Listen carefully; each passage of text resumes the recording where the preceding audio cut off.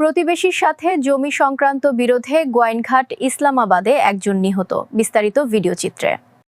সিলেট জেলার গোয়াইনঘাট উপজেলার ২ নং পশ্চিম জাফলং ইউনিয়নের লংলাখাল ইসলামাবাদ গ্রামে সকাল ১০ ঘটিকার সময় প্রতিবেশী কুতুব উদ্দিনের পরিবারের সদস্যরা অতর্কিত হামলা করে আবুল কালামকে লাঠি দিয়ে শরীরের বিভিন্ন জায়গায় আঘাত করে। পরবর্তীতে কালামের পরিবারের সদস্যরা গোয়াইনঘাট উপজেলা স্বাস্থ্য কমপ্লেক্সে নিয়ে গেলে সেখানে ডাক্তার ওনাকে মৃত্যু ঘোষণা করে। প্রতিবেশী কুতুব উদ্দিনের বাড়িতে গেলে কাউকে পাওয়া যায়নি।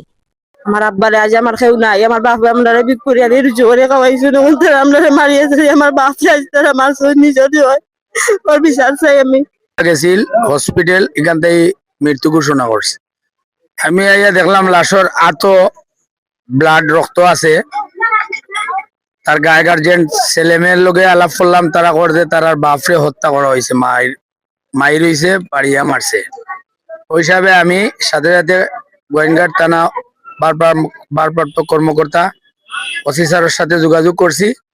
এখন পুলিশ আসতেছে এটা আইনি প্রক্রিয়ায় দেখার জন্য। এই যে এই জমিন লইয়া, এই সামনের জমিনটা লইয়া ঘটনা ঘটছে। কটার সময়?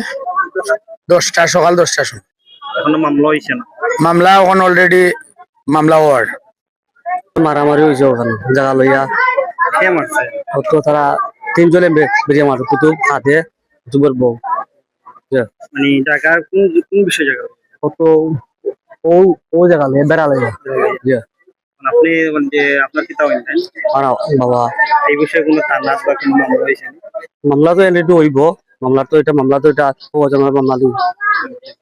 আপনি কেন কি তো আমরা মানে আইনে দেখবো, চেষ্টা করবো তারা করতে 3 জন মাঠে বেরিয়ে মারছে। 3 জন মানে কান্দে বউ আর খাদে 3 জনের মাত্র। নম্বর কুতুব, 2 নম্বর খাদে যা, 3 নম্বর কুতুবর বউ আমি না। তারা গ্রাম কোনটা করতে? গ্রাম ইসলামাবাদ। জি, পাশাপাশি মারছে। আর ওই যে ইয়ে আছে, ওই ছেলেটার নাম কুতুব, আর কুতুবের পরিবারের নাম বলছে।